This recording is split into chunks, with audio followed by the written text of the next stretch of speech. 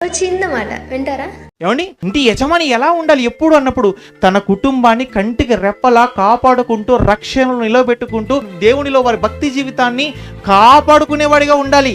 ఇప్పటి వరకు మనం ఎంతమంది జీవితాలను చూసామన్నప్పుడు, మొట్టమొదటిగా నోహును చూసాము, కొత్త నిబంధనలో మనకు తరచు కొర్నేలిని చూసాము, ఆ తర్వాత జైలు అధికారిని చూసాము.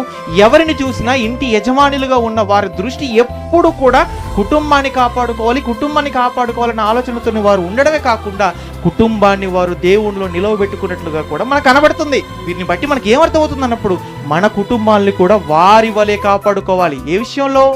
దేవుని విషయంలో. అవన్నీ మరి మనం కాపాడుకోగలుగుతున్నాం చెప్పండి?